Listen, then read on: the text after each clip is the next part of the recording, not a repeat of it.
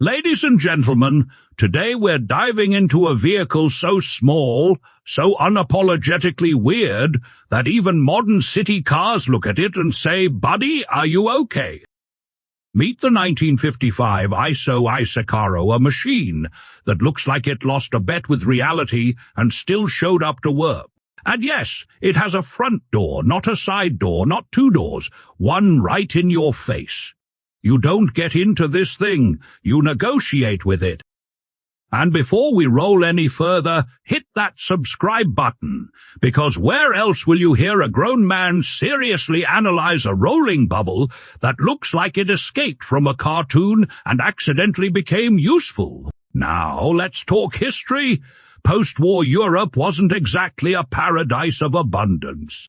People needed cheap, efficient transportation, something that didn't drink fuel like politicians drink promises. Enter Renzo Rivolta, an Italian industrialist who started with refrigerators and air conditioners, which honestly explains a lot, because the Isettacaro looks like a fridge that got tired of standing still and decided to explore the world. By the early 1950s, Rivolta saw a gap in the market. Scooters were everywhere, but people wanted protection from weather, dignity, and maybe a place to sit without feeling like they're balancing on a kitchen chair. So ISO developed the Iseta, a tiny bubble car powered by a scooter engine. Then came the Isettacaro, a commercial twist on that idea. Think of it as a delivery vehicle for people who believed small business should be taken very literally. Production began in Italy, and later versions were built under license in places like Spain. The Isettacaro featured an extended wheelbase and a widened rear axle, because apparently someone at ISO said, "What if we made it practical, but still ridiculous?" And it worked. Small shops, bakers, and tradesmen loved it. It was cheap, maneuverable, and could squeeze through streets that modern SUVs would need a therapist to navigate. Not many were built compared to mainstream vehicles, and even fewer survived. These weren't collector's items. Back then they were tools, used, abused, and probably overloaded with things they had no business carrying. My friend Timmy once tried to recreate the concept by strapping a washing machine to his scooter. The scooter survived, the washing machine did not. Now let's get into the technical side of this tiny legend. Underneath its charmingly awkward body lived a two-stroke, double-piston engine with 236 cubic centimeters of displacement. That's about 9 horsepower.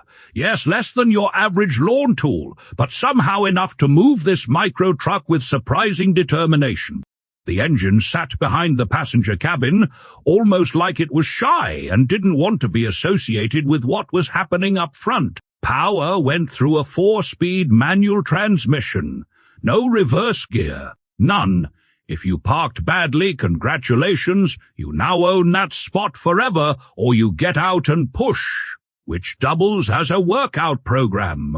My neighbor Bob says this was intentional, claiming reverse gears were invented later by aliens to confuse humanity. Bob also thinks Wi-Fi causes hiccups, so we take that with caution. The suspension was simple, because complexity was not invited to this party. Small wheels, basic brakes, and a lightweight structure kept everything manageable. The compact dimensions made it perfect for tight European streets. We're talking a vehicle short enough to make parallel parking feel like cheating. Its weight was minimal, helping that tiny engine do its best impression of something powerful. Fuel consumption impressively low. You could probably drive all week on what a modern car burns while idling in traffic. Maximum speed wasn't exactly thrilling, but that wasn't the point. This was about efficiency, practicality, and surviving city life without losing your sanity or your wallet.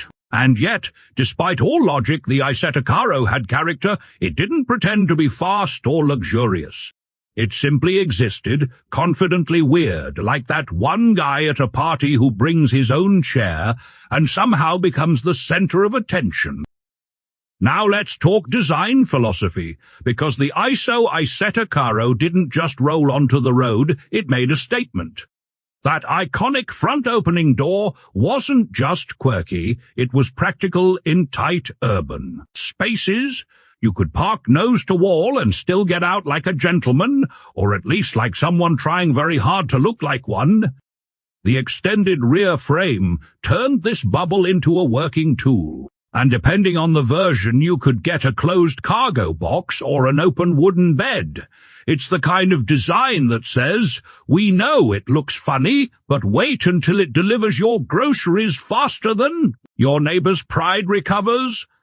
Even Bob once admitted it was efficient, although he insists the shape was clearly inspired by extraterrestrial parking pods.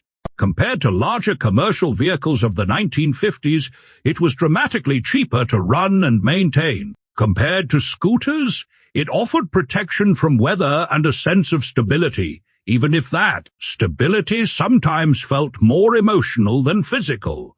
Other microcars existed, but very few dared to become working vehicles.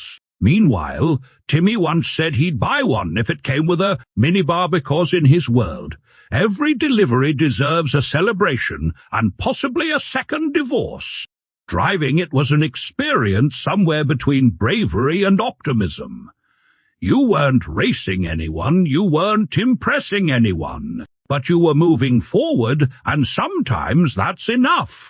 Politicians promise progress. The Isettacaro actually delivered it at about 50 kilometers per h30, 1 miles per hour. But still, progress is progress. And now, finally, let's talk money.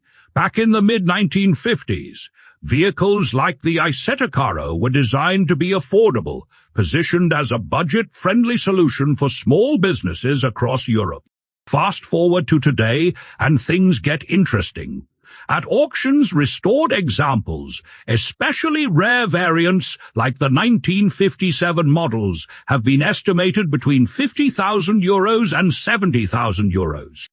That's right. The tiny delivery bubble has officially entered the I need to explain this purchase to my family category. On average, surviving examples today command strong prices due to rarity, charm, and the fact that not many people resisted the urge to overload them with bricks in 1958. And honestly, it deserves the respect. This little machine carried more than goods. It carried an idea. Sometimes it can be small, weird, and just a little bit stubborn, like Timmy trying to fix things or Bob trying to avoid 5G towers. Huge thanks to all the channel sponsors, yes, you legends who support this madness and make sure I can keep talking about tiny trucks with big personality. Without you, I'd probably be reviewing bicycles and arguing with pigeons, and my final advice. If life ever feels too complicated, just remember the Isettacaro. Keep it simple, keep it moving forward, and if there's no reverse gear, well, maybe you weren't meant to go back anyway.